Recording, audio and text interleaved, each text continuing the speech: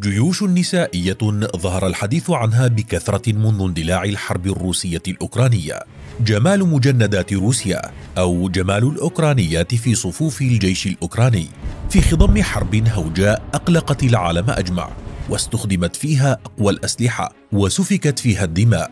لكن على عكس كل الحروب البشعة، تميزت الحرب الروسية الأوكرانية بالجمال. وإذا أردنا وضع عنوان مميز لهذه الحرب فسيكون حرب الجمال والجنس الناعم. كيف؟ تابعونا وسنخبركم. حسناوات يسوقن للحروب.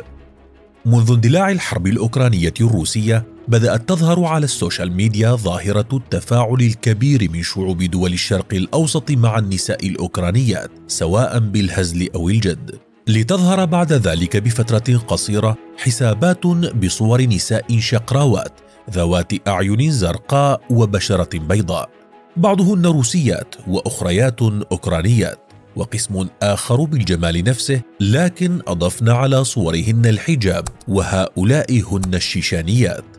فماذا وراء هذه الحسابات؟ بعيدا عن التعاطف مع أوكرانيا أو الدفاع عن روسيا، كان الجمال أكثر ما يميز هذه الحرب، إذ اشتعلت حسابات السوشيال ميديا بالحديث عن جمال النساء في البلدين، وعن مشاركة حسناوات تلك البلاد في الدفاع عن بلادهن. وربما كان الأمر في البداية مزاحا، لكنه على ما يبدو لفت أنظار أصحاب القرار في البلدين المتناحرين إلى تأثير جمال نسائهم في الشعوب والدول الأخرى، خاصة شعوب الشرق الأوسط. وهنا بدأت الظاهرة التي ربما لم يلحظها كثيرون، حيث بدأت حسابات كثيرة تظهر بكثرة على مواقع التواصل الاجتماعي. وما يجمع هذه الحسابات عدة أشياء، فهي حسابات لنساء جميلات، بل وجميلات جدا، يتحدثن باللغة العربية رغم أن حساباتهن أنشئت بالإنجليزية أو الروسية، وجميعهن يعرفن عن أنفسهن بأنهن مراسلات حربيات أو إعلاميات. وبالنظر إلى صورهن تراهن أقرب إلى عارضات الأزياء لا الجنديات أو حتى الصحفيات، فمن الواضح أنهن يستخدمن جمالهن كعنصر جذب وإثارة لفئات معينة من المتابعين. جيوش الجمال تقتحم السوشيال ميديا. لا يمكن للمتابع الجاد للأحداث إلا أن يلفت نظره هذا الجمال الباهر الذي اكتسح مواقع التواصل على حين غرة، خاصة أن صاحبات الحسابات لسن من الإعلاميات المعروفات اللواتي اعتاد الجمهور العربي رؤيتهن على وسائل الإعلام الروسية الناطقة بالعربية. وفي مقارنة بسيطة بين الحسابات نجدها تماما كالجيش الواحد الذي يتميز بزي معين وشعار معين، حيث أن غالبية الحسابات ظهرت إبان الحرب الروسية الأوكرانية وخلال الشهرين التاليين لها. كذلك فإن هؤلاء الفتيات ينشرن تقريبا نفس المحتوى، سواء الحسابات التي تدعي الانتساب لأوكرانيا أو الانتساب لروسيا. وواضح أيضا من الحسابات الفعالة على مدار الساعة أن من يديرها متفرغ تماما لها. جمال بنكهة إسلامية. صاحب فكرة استغلال الجمال لاستقطاب التعاطف، في حين أنه اكتشف حجم التفاعل العربي مع الجمال الروسي والأوكراني، وكيف اهتمت الشريحة الأكبر من العرب بمعرفة مصير جميلات أوكرانيا بعد الغزو الروسي.